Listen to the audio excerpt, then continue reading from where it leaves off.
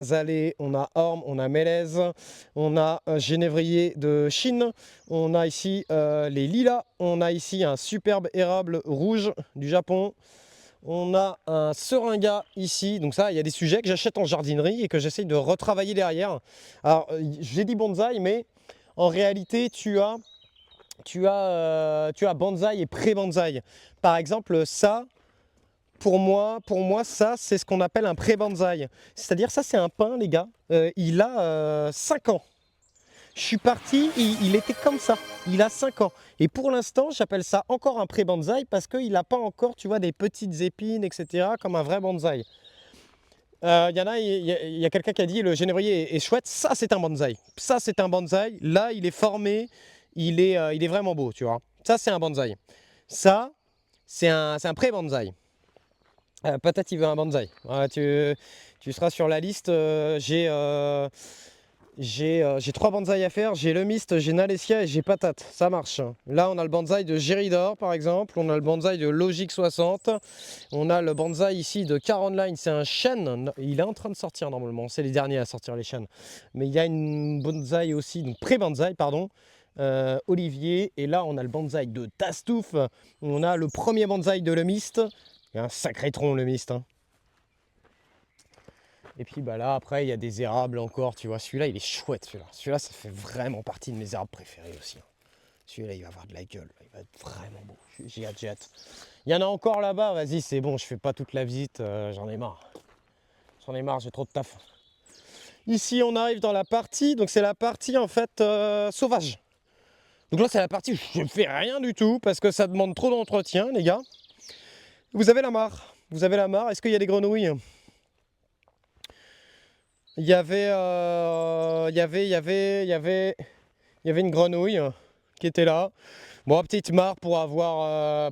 Après, vous les voyez pas, il y a d'autres érables du Japon. Enfin bref. Faudrait peut-être que je fasse quand même un petit coup d'entretien autour, mais après, bon, c'est un peu le côté naturel. Donc, ce que je fais, c'est que je fais rien. Je tombe pas, je T'es un débroussaille grand pas, malade tu vois. Je fais mental. juste parfois des petites allées comme ça, vous voyez. Et c'est tout. Je fais rien d'autre. Et en fait, ça se gère naturellement. Et puis, si vraiment j'ai besoin d'intervenir, bon, bah, j'interviens parce que bah, ça a trop poussé. Mais vous voyez que ça donne vraiment un petit côté champêtre. Et en fait, ça pousse pas comme on peut imaginer. Ça devient une jungle et tout, hein. Mais voilà. Je sais plus. Oh, le coucher de soleil là-bas a l'air vraiment chouette, hein. Et puis là, tu vois, c'est le fond après du terrain. Puis j'y touche quasiment rien. J'hésite pas. Tu as ici des petits tas de hérissons, des petits tas de bois pour les hérissons un peu partout. On arrive du coup, bah là c'est le cabanon d'ailleurs, j'ai fermé le cabanon moi. J'ai fermé le cabanon les gars.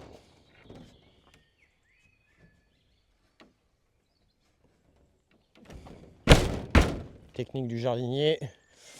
Voilà, après j'ai plus grand chose à vous montrer les amis, hein.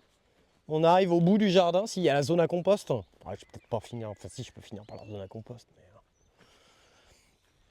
Et là c'est mon deuxième terrain de jeu où je commence à faire des expériences. Et je vous ai dit, hein, au final, je fais très très peu la tondeuse parce qu'en fait, bah, tout le fond de mon jardin, en fait, je le laisse vraiment champêtre. Ici, c'est la zone où je vais faire des boutures, où je vais préparer des arbres, où je vais peut-être laisser, bah tiens, les tournesols, peut-être qu'on les foutra là, on verra.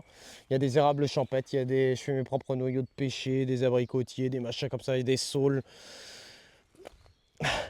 Ici, on a des merisiers, ça c'est pour faire des greffes. Et t'as vu, par contre, hein, beau coucher de soleil là comme ça. Puis là, il y avait un acacia, mais on l'a, on, me l'a- C'est un on l'a- grand on l'a fait malade tomber. mental. On l'a fait tomber. Et ça, c'est notre, ça, c'est ce qu'on a fait tout à l'heure. On a fait 400 godets pour faire des semis, les gars. Donc ça, c'est prêt. Je me suis mis là. C'est ça qu'on faisait. Et puis après, voilà, hein, bon, c'est bon, je vais pas tout vous montrer. Là, il y a les framboisiers, etc. Mais tiens, va falloir que je rentre ça, tu vois. Mais à mon avis, il y a des semis qui vont aller là-dedans aussi.